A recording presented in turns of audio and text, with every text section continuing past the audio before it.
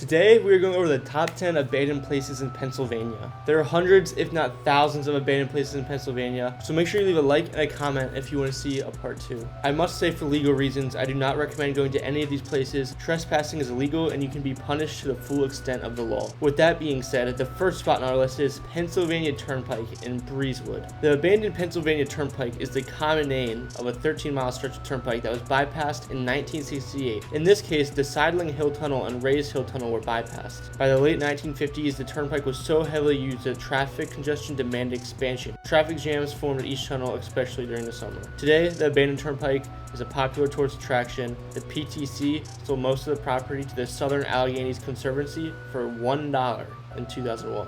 Whoa, look at this. It's pretty insane that they just abandoned the whole freaking highway. Concrete City in Nanticoke. Also known as the Garden City of the Anthracite region, the Spartan community was poured into existence in 1911 to serve as ultramodern housing for employees of a local coal mining company. Each of the 22 buildings was divided into a duplex. The identical buildings were spread out around a central courtyard which contained tennis courts and a baseball field.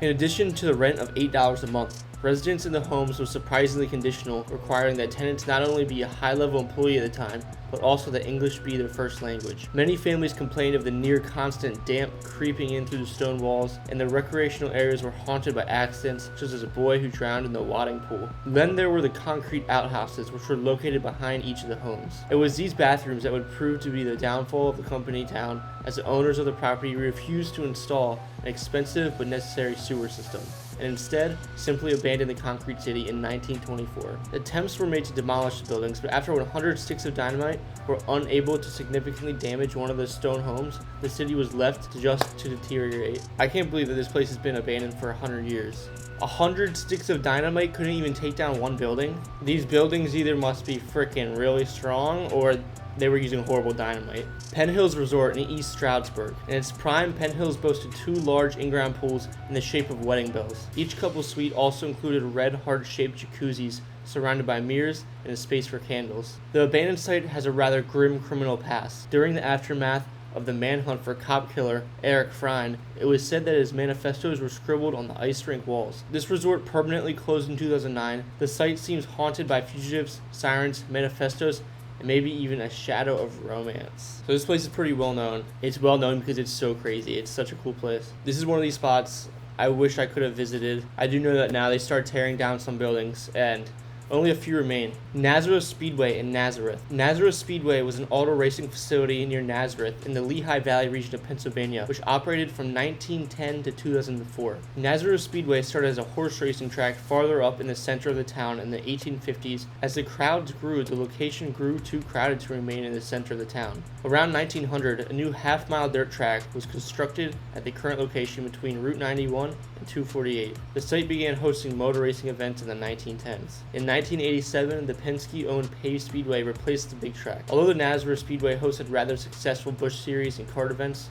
the new owner closed the facility in late 2004. The races were replaced with events at Watkins Glen. Access to the speedway is severely limited, and reopening as a professional motorsports facility was highly unlikely. As of May 2007, the track has sat abandoned.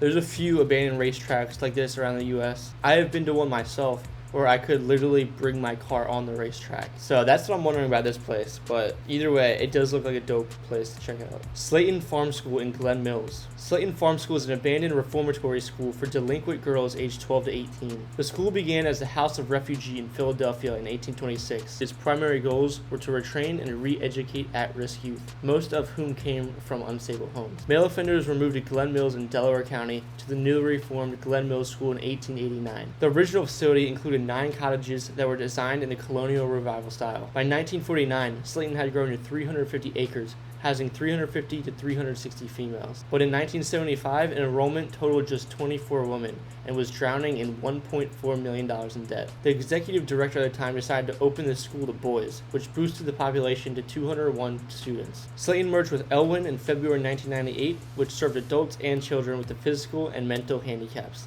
At the time, Sleighton had a substantial deficit, and Elwyn had offered more than $1 million for the facility. Elwyn began looking for buyers for the Sleighton property starting in February 2001 and announced in May that the school would close in September. I've been here myself. It's pretty sick because there's so many different buildings here. It's just like a massive campus. There's a lot of unique stuff to see. There's like a church there. There's a gym. But then the people also lived on the campus. George Wharton Pepper Middle School in Philadelphia. The Eastwick Community Educational Complex was proposed in 1968 in the Eastwick neighborhood. The ground was broken for the $21 million project on December 23, 1970. Pepper Middle School is expected to cost about $5 million to build. Pepper Middle opened in 1976 and was dedicated to George Wharton Pepper, a U.S. Senator from Philadelphia. Flooding of the school was a constant issue due to its location at the lowest elevation point in the neighborhood. During Hurricane Floyd in 1999, the basement was under 9 feet of water and suffered $1 million in damages. Due to the declining enrollment, the Philadelphia School District opted to phase out Pepper Middle School in March 2012, whereas the school would drop a grade letter each year before closing altogether in 2016. The plan was accelerated, and in June 2013, Pepper Middle was closed. Alright guys, this place is freaking sick. This is a super iconic school. I'm sure y'all can tell from the pictures, it looks insane on the inside. It's really just insane. Like, you're not going to find many other schools like this at all. Larimer School in Pittsburgh. The Larimer School was designed by Ulysses J. Lincoln Peoples and was constructed in 1896 at a cost of $80,000. Facing declining enrollments and fiscal austerity,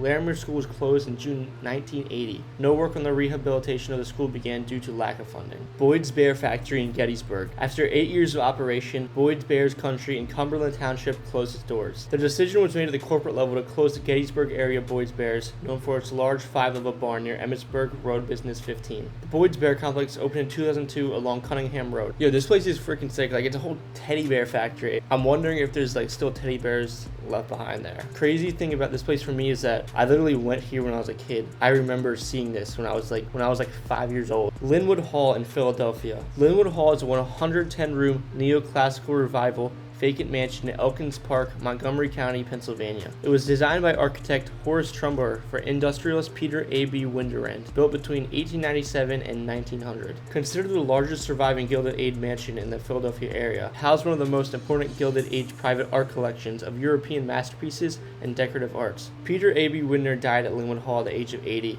on November 6, 1915. He was predeceased by his elder son, George Dutton Winder, and grandson Harry Elkins Winder, both of whom died when the Titanic sank in 1912. The structure changed hands a few times over the subsequent decades, and has been predominantly vacant since 1952 when it was purchased by a theological seminary. The house has been for sale ever since, with no buyers interested. I'm sure, as you can tell from the pictures, this place is freaking insane. The architecture is freaking crazy. There's stuff left inside. There's literally a church in this house. There's an indoor pool. There used to be a massive art collection. Now the problem is that this place is completely like surrounded by security now. I'm pretty sure they were trying to sell this house for like $15 million or something, and it just never sold. Mahanoy Area Middle School in Mahanoy. The former Art Deco Mahanoy Area Middle School had many remnants from when it was in use. Desks, posters, band hats, and walls covered with the painted words of the students who once attended it. The magnificent auditorium and untouched classrooms made it a rare, precious find. The building was purchased by a developer who stripped the interior and converted it into an office building, and it is currently for sale. Alright, so I couldn't find too much history on this place as to why this place went abandoned. I went here right when it went abandoned. This was years ago. I'm assuming the reason there's no information on it is because this school is in such like a small town. Like, the whole town is like falling apart. It does not look good. There's like no one living in this town, and the school is literally like the center of the town, up on the mountain or on the hill. That's why I saved this spot for last, because it's kind of secret. It's in this small town. Not too many people know about it.